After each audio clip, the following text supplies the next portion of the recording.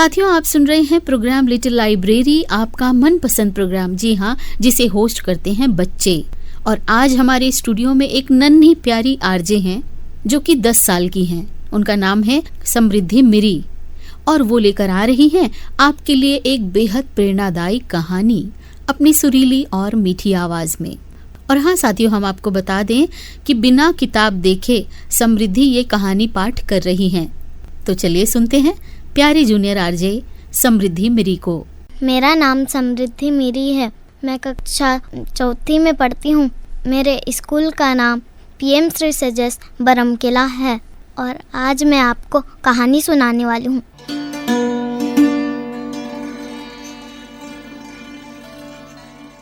किसी ने बड़े कमाल की बात कही है कि जब आप चंद्रमा को देखते हैं तो प्रभु की सुंदरता को देखते हैं, जब आप सूर्य को देखते हैं तो प्रभु के तेज को देखते हैं, जब आप आईने को देखते हैं तो प्रभु की सबसे सुंदर रचना यानी स्वयं को देखते हैं। अपने ऊपर विश्वास करना शुरू कीजिए। पुराने ज़माने की कहानी है। एक किसान डंडे पर 2 घड़ों को लटका के सुबह सुबह तालाब के पास जाता था। वहाँ से पानी भरकर अपने झोपड़ी तक लाता था। ये उसका डेली रूटीन था। और जो उसके 2 घड़े थे वो बड़े पुराने हो चुके थे। उसमें से एक घड़ा जो था वो फूट चुका था, उसमें से पानी रिसने लगता था। और किसान जब तक घर पहुंचता था तो 2 घड़े की जगह सिर्फ 1.5 घड़ा पानी पहुंचता था। जो सही घड़ा था उसे इस बात पर घमंड था कि मुझे जो कार्य दिया गया है मैं उसे 100% पूरा करता हूँ। किसान का जो मेहनत है उसे बर्बाद नहीं होने देता। इस बात से उसको चिढ़ाता था कि तुम किसी काम के नहीं हो, तुम्हारा समय समाप्त हो चुका, तुम्हारे अंदर इतनी बड़ी कमी है वो तो किसान को पता नहीं चल रहा, नहीं तो तुम्हें कब का उठा के फेंक दिया रहता और नया वाला घड़ा ले आया रहता। इस बात से उसको बार बार चिढ़ाता था। जो फूटा घड़ा था वो सोचा करता था कि बेचारा किसान जो इतनी मेहनत करता है उसकी मेहनत व्यर्थ हो जाती है। मैं पूरा पानी भी घर तक पहुंचा नहीं पाता, मैं किस काम का। एक दिन उसे रहा नहीं गया। उसने सोचा किसान से बात करनी चाहिए, किसान को बताना चाहिए कि मुझ में अंदर इतनी बड़ी कमी है, मुझे हटा दो, किसी और को ले आओ। तो फिर उसने कह दिया कि मालिक, आप इतना मेहनत करते हैं वो व्यर्थ हो जाता है। आप 2 घड़ा सुबह सुबह तालाब से पानी लाना चाहते हैं, लेकिन मैं फूट चुका हूँ, मुझ में से पानी रिसने लगा है। आप 2 घड़े की जगह घर पर सिर्फ 1.5 घड़ा पानी ले जाते हैं।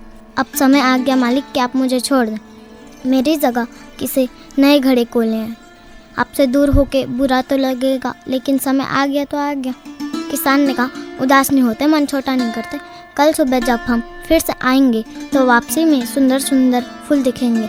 अगली सुबह वहीं किसान ने अपना रूटीन फॉलो किया। वहीं दोनों तरफ घड़े लटका के तालाब के पास जब वो गया, पानी भर कर लाया।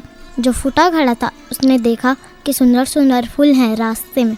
उसका मन थोड़ी देर के लिए प्रसन्न हुआ, उदासी थोड़ी दूर हुई।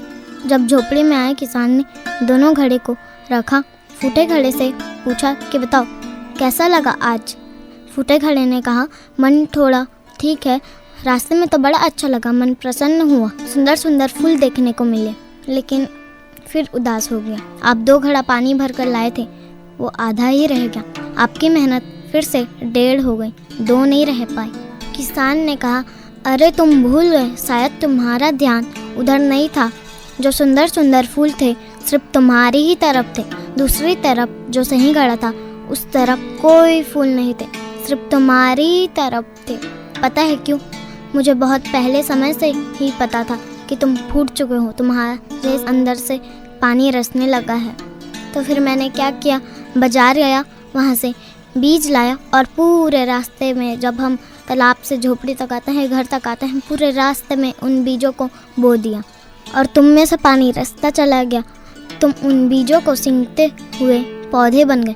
उन पौधे से सुंदर सुंदर फूल आ गए और उन सुंदर सुंदर फूलों से पूरा रास्ता सज गया। किसकी वजह से? सिर्फ तुम्हारी ही वजह से। मुझे तुम्हारी कमी पता थी, लेकिन मैं उस कमी को ताकत बना दिया।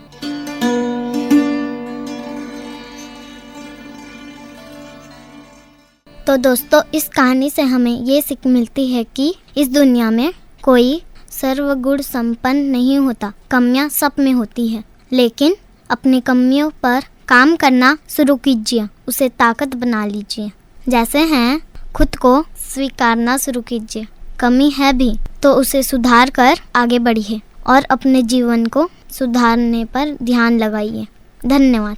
तो दोस्तों, आज के कार्यक्रम लिटिल लाइब्रेरी के पहले भाग में आपने सुना जूनियर आरजे समृद्धि मेरी को। बने रहिए कार्यक्रम में, जुड़े रहिए उमंग के साथ।